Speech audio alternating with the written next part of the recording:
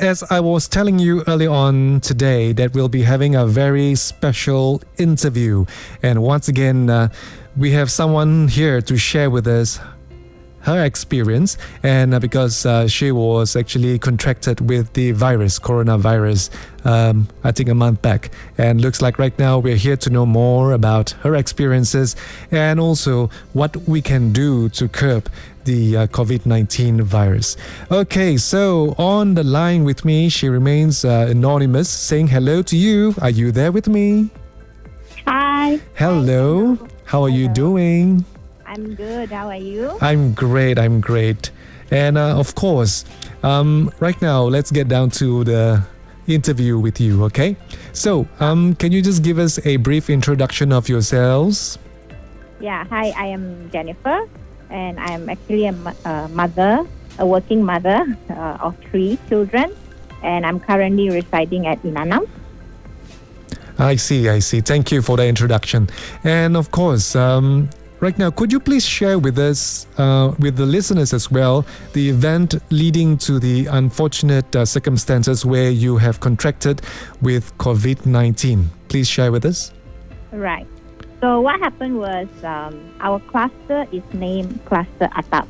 So that's the name of our cluster. I see. So it started from a colleague of ours who went back to Tawau to visit his father, who was sick actually during that time. And after he came back, we had a meeting. A few days after he came back, we had a meeting because we shared the same office, right? So we had a meeting on the 25th of September, and that was the only time that we actually contacted with him. And then on the 30th of September, he was hospitalized due to COVID. And because of that, all of us in the office became PUI. Mm-hmm. And because we were his close contact basically, and we went for our swab the next day and was tested positive on the 2nd of October. I see. Yeah, mm-hmm. Right. So then after that, KKM actually called us to do their routine interview with us to know where we went, who we met, and all this for the past 2 weeks. And then an ambulance actually came and picked me up on the 4th of October in the evening to send me to Hospital Likas Quarantine Center. I see. Well, That was a great experience there. And what are your initial thoughts when your swab test results came out and you know that you were positive? What was first thing in your mind? Well, of course, because COVID is no joke, right? It's a very serious thing, mm-hmm. and I was very scared actually. And I actually got a call from my doctor midnight. It's in the middle of the night, and when I saw the call, I actually knew that it is not good because she actually called me midnight, mm-hmm. And I was initially I was actually very scared because I was worried for my children, and I have a mother who my mom is actually staying with me, I see. And she's 70 years old. So I was more of worried for these people because they are basically high risk people, right? Mm-hmm. So, yes, correct. Yeah, that was how I felt initially. So how's your mom doing right now? My mom is good. She is okay, and she is tested positive. She was tested negative twice. Yeah, mm-hmm. She did 2 swabs, and both also tested negative. Wow, that was good news. Yeah, that's good news. Mm-hmm. And also, I think, Andrew, I think it's worth for me to mention that I always think there's this belief in me that this is happening to me, that mm-hmm. it's happening to me because I always believe that I follow the SOP, and then I thought it will never happen to me, but actually it did. So the virus is out there, and it's we just have to be very, very vigilant, Yeah, true. And try not to go down to public places unnecessarily. Yeah. Okay. Right. Yeah. And also at the same time, did you come down with any symptoms? No, I actually fall under the 80%, asymptomatic COVID patients. I do not have any symptoms at all. I don't even have loss of smell or any of the normal typical flu symptoms. I was basically asymptomatic throughout. Wow. Yeah. I think that's the most dangerous one when you don't feel anything at all actually, but actually you are Right. tested positive. Yeah. Right. Those are the most dangerous for in terms of infecting other people. You know, because normally we won't know that we actually have the virus in us. So that's how it was. And where were you quarantined at that time actually? I was quarantined at Hospital Likas Quarantine Center, which was actually at Complex Sultan Likas. And how was the situation there? Was it tense? And was the doctors and nurses like running around, you know? So basically for me, for the first few days, I feel the quarantine center, because you are like basically confined in the building, right? So there's no, you can't see, there's no sun, no sky. So, but of course, the doctors and nurses, they were like helping us as much as they can. Great. But for me, basically, the quarantine center is very decent, in my opinion, right? And it's actually providing us with comfortable beds. We even have electricity points for us to charge our devices. Okay. And they also have decent amenities, like they have water filter with cold and hot water for us to make, coffee or anything that we want to make. And then the toilets and bathroom also is cleaned by the cleaner every single day. So for me, I think the quarantine center that I was sent to, which is in Likas, it was actually very decent, in my opinion. Great. Yeah. And at the same time, how did you control yourself? Were you so emotional? Were you stressed out when you were tested positive? How were you feeling at the time? I am basically, I try to stay positive in all the things that I do, and I believe the key of being in a quarantine is actually to stay positive. That is very, very important. And it is also very important for us to have a good body, what do we call it? Immune system, I believe. Yeah, immune system, so that we will have a good immune system. So what I did was I actually made a schedule to help me cope with stress and to make my day at the quarantine center shorter. So in my daily schedule, what I have is actually, it includes work.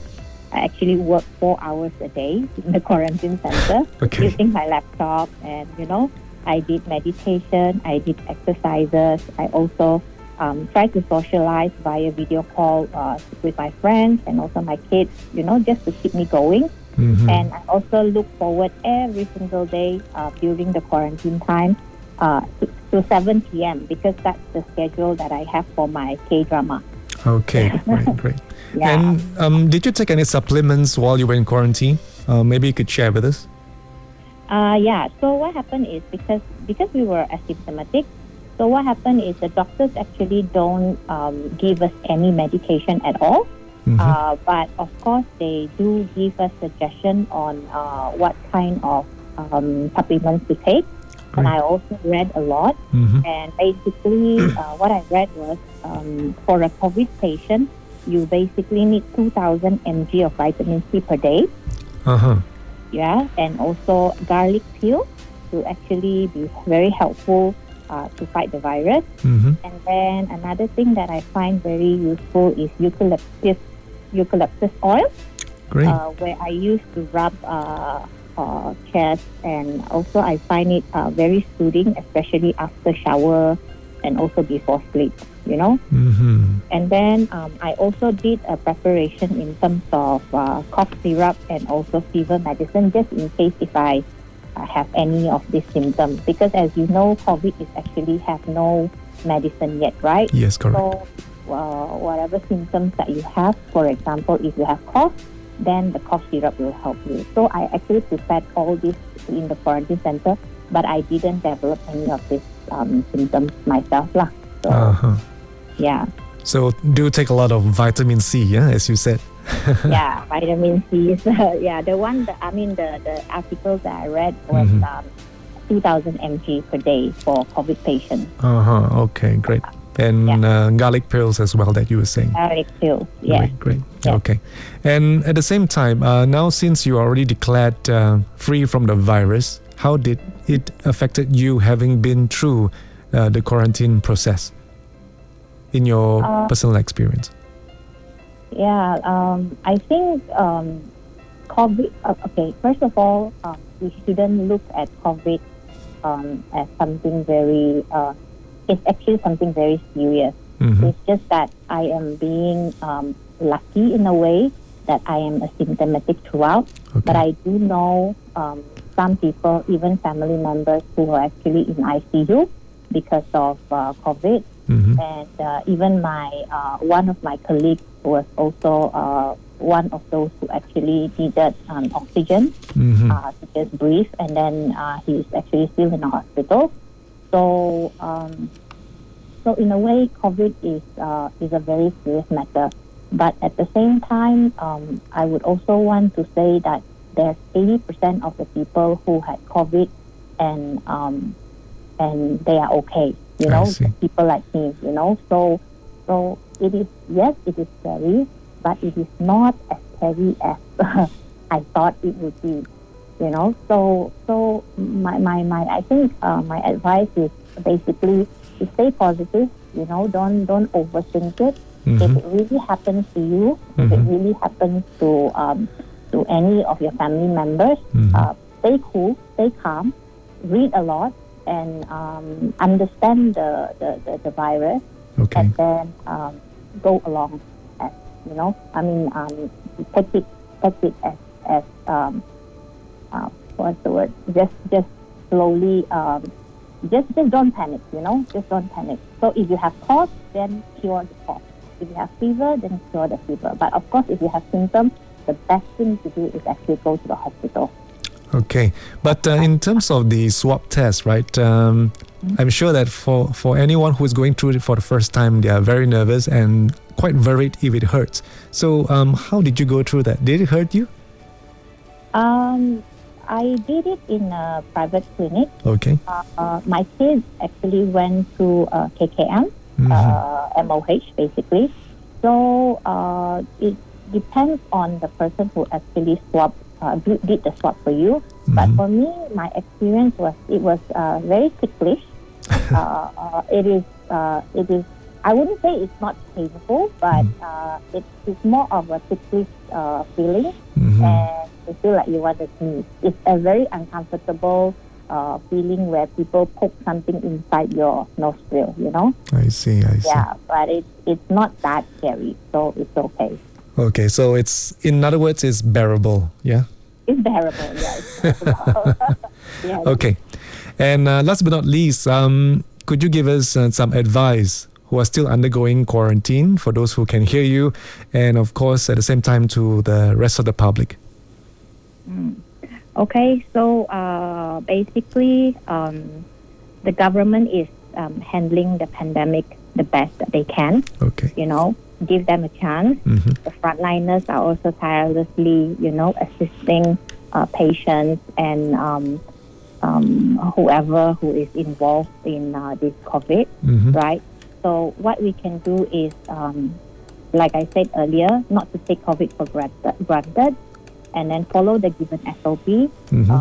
Wear your mask, wash your hands, and don't go to like a lot of people kind of place. Yeah, crowded areas. Crowded area. And also, I think the most important thing is if it happens to you, do not panic and get the needed support.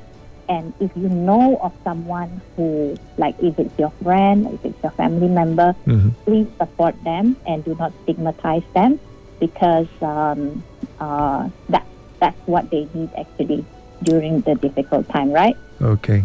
Yeah. But let's say my friend right now who has contracted this particular disease. As a friend right now, what can I do for that person? Right. Basically, read and then educate yourself Mm-hmm. on what this COVID is all about. Mm-hmm. For example, when I was in the quarantine center, I learned that there's this Canadian study Mm-hmm. that says the difference between being positive COVID and Mhm. being infectious. So the name of the study is called Positivity versus Infectivity. Correct. And actually, this study is the one that MOH is currently using Mhm. in terms of treatment SOP. So I basically what the study says is that after 8 days of post-positive swab result, right, Mhm. the patient will no longer be infectious. I So see. anything after 8 days, but the Malaysian government is taking 11 days as a precaution. So after 11 days, then the person will actually no longer infectious. So you don't have to worry. So if you have a friend who Mhm. is COVID positive, I guess there are two things that you can do. Number one is to be supportive. Mhm. Don't be afraid of that person. Basically, don't stigmatize that person.